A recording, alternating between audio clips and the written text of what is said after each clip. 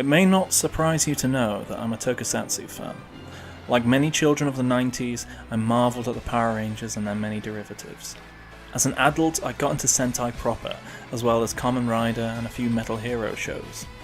Henshin heroes are such an obsession to me that my channel logo is from a Tokusatsu fan game I was working on for a while, and I might finish if I get a few spare years. Sadly, a team of actual developers got there before me. Luckily, they made something much better than my RPG Maker project. Today I'm talking about Chroma Squad, the game where you play as a Tokusatsu TV studio. The first thing I should mention is how genuine this game is. It's a tribute not just to Japanese TV but to their Western localizations such as the Power Rangers and VR Troopers. The dialogue is fairly tongue-in-cheek, as the actors you play as acknowledge tropes and the desire to do something less cliched. Their frustrations at the opening serving as a fan commentary on how these shows should be done. It acknowledges that the stunt performers are the real stars of these sorts of shows. Other references include visual references in different stages of the game, but there's more than just Sentai on show, even in the core gameplay. This authenticity is very much evident in the game's graphical style. Not so much in its retro for the sake of retro aspects. I honestly think that these are a bit hackneyed at this point. However, the look of the monsters, the pure silliness of them, just absolutely wows me. If it has one thing down, it has managed to get a Super Sentai look, which is particularly impressive considering they're doing it out of pixel art. Their particular twists on the tactical RPG genre also fit in with the theme. A core mechanic is simply called teamwork, where you end a character's turn without attacking or using a skill, allowing them to do a few different things. The first is that they act as a springboard for other characters, allowing them to move much farther distances through acrobatics. The second is being able to do team attacks with other characters against enemies adjacent to them. This in turn can lead to boss-killing finishing moves. And finally, certain character classes have special abilities attached simply to activating the teamwork ability. This focus on teamwork is key to the game both looking and feeling like Super Sentai. It's a core theme of that series in particular. Also core to this game being like the creation of a Sentai show is how the combat works.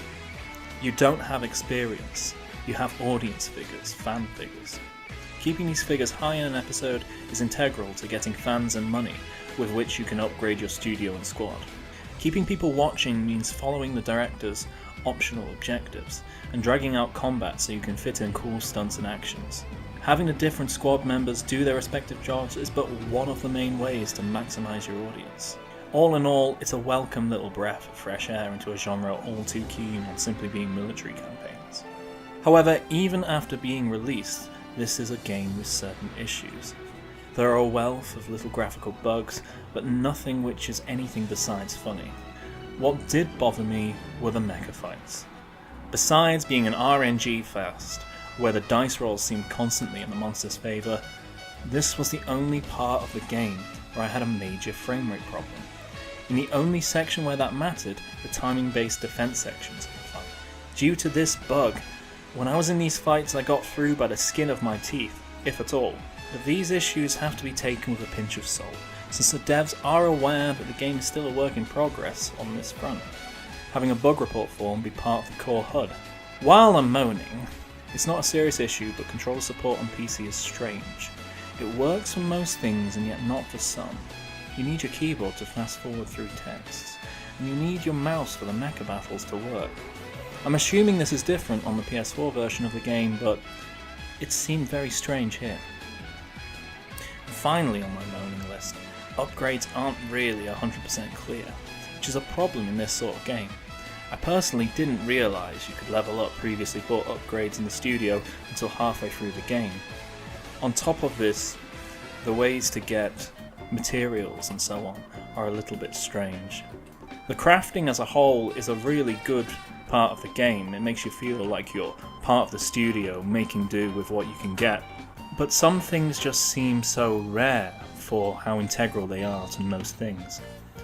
Gold tape became the bane of my life in the later third of the game. Even though you were getting stuff which was much more valuable, it seemed to be in everything, and yet you never seemed to get it. The reason why it has such a positive record on Steam. It's a joyous experience that can be weighted to newcomers and tactical RPG veterans alike. It's simply a lot of fun, an experience that's rather unique. The plot itself, starting from you simply making episodes to you actually saving the world while still trying to make them as good an episode as possible, it's just fantastic. Between the visuals and the story, I got attached to the characters, and they felt like they had a real character, even though I'm fairly certain the dialogue's the same regardless of which people you pick for those roles. In summation, it's just amazing, go buy it.